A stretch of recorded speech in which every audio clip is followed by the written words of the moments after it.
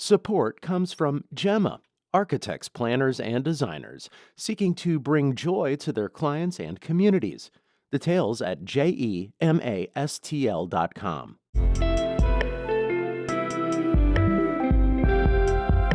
From the St. Louis Public Radio Newsroom, this is The Gateway. It's Monday, July 7th. I'm Jonathan Hall. While the new Japanese owner of Granite City Works has $11 billion of investments planned, the Metro East steel mill likely won't see any of that cash. They've left Granite City out of the conversation, and it's still left out of the conversation. Coming up on The Gateway, steelworkers, local officials, and community members believe Granite City has been forgotten by big corporations and President Donald Trump. Missouri's parole system hasn't undergone changes since 2017. That could change due to the efforts of a working group aimed at evaluating parole in the state. St. Louis Public Radio's Sarah Kellogg reports. Back in January, Governor Mike Kehoe signed an executive order creating a group to examine Missouri's parole system. Kim Bashir is a victim advocate with the Cole County Prosecutor's Office and a member of the group.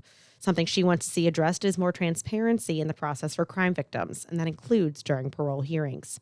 I know that we have victims who are not able to attend parole hearings because it is a financial burden, and there's no way for them to attend unless they physically appear.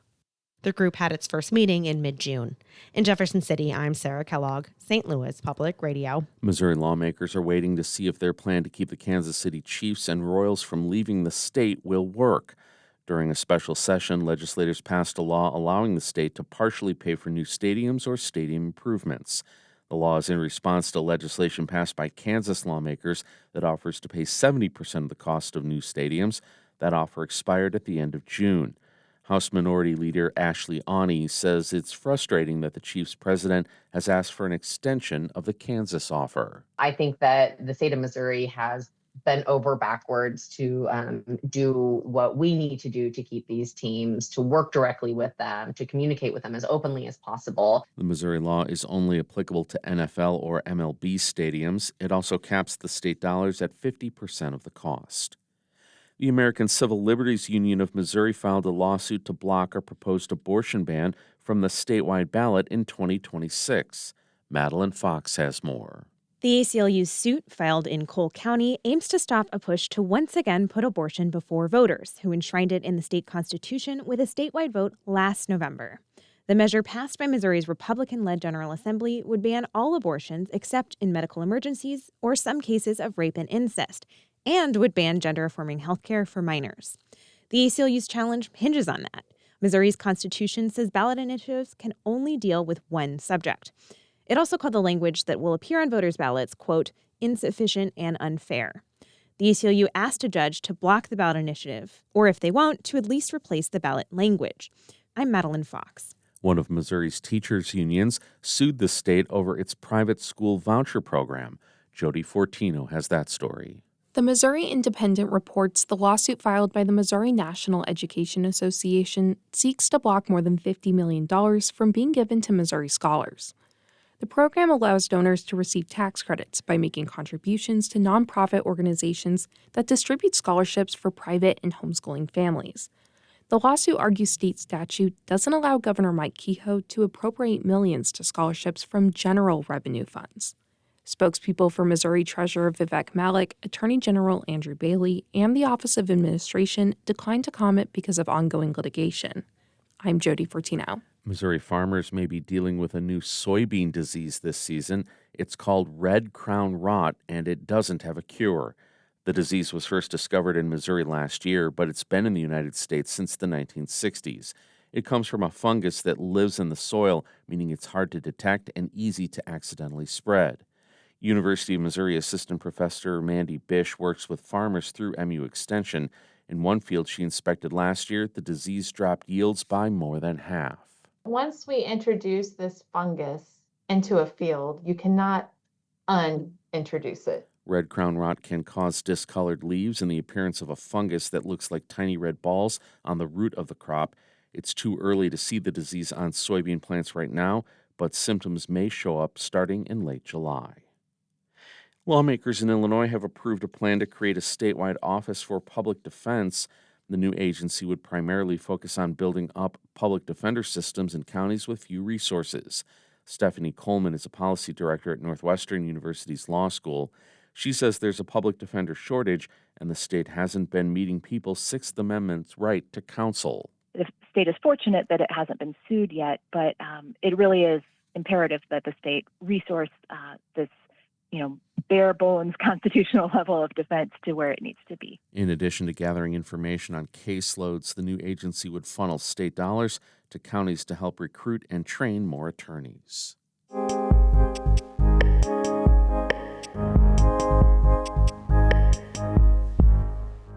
The deal to acquire U.S. Steel was finalized a couple weeks back. The new Japanese owner will invest $11 billion in mills and mines across the United States, but it doesn't appear Granite City Works will see any of those dollars. Some suspect the Metro East mill could even be closed in a couple years. St. Louis Public Radio's Will Bauer reports locals say they feel forgotten by both companies and one of their biggest advocates, President Donald Trump. In 2018, Trump visited Granite City. There, he said his tariffs on steel and aluminum delivered a great victory for the steel workers. After years of shutdowns and cutbacks, today the blast furnace here in Granite City is blazing bright. Workers are back on the job, and we are once again pouring new American steel into the spine of our country. Fast forward 7 years, those same blast furnaces now sit idled. Instead of nearly 2,000 workers, about 900 currently work at the mill.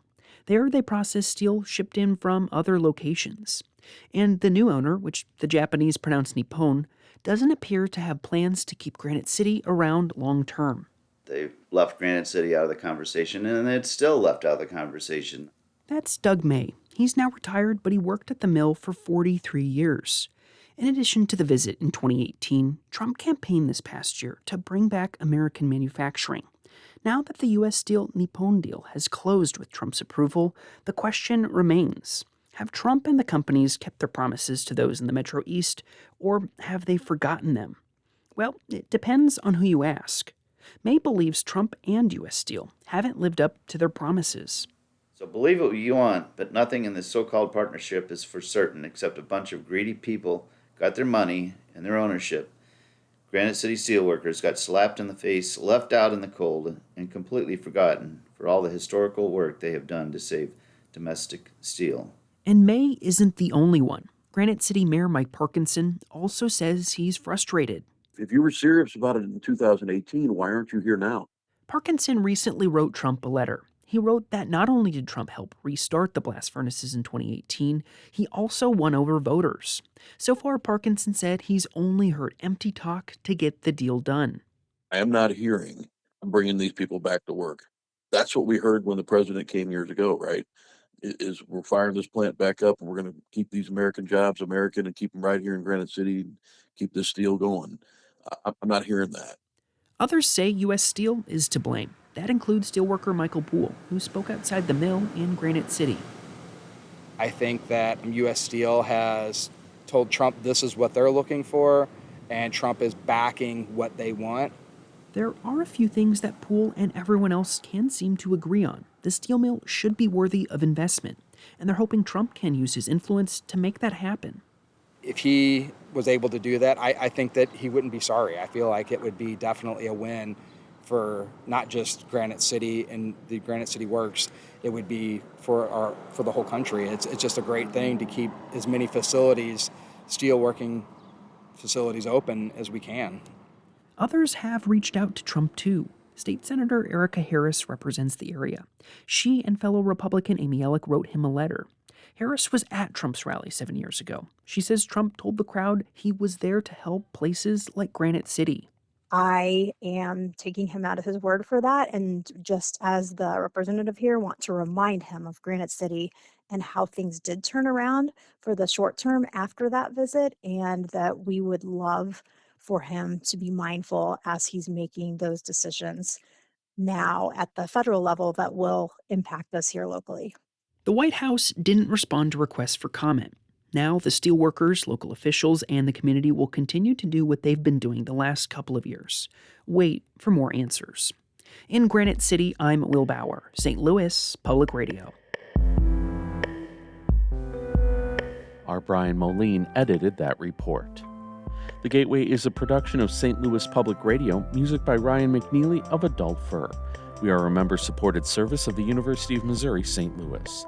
I'm Jonathan Ahl, and from the St. Louis Public Radio newsroom, this has been The Gateway.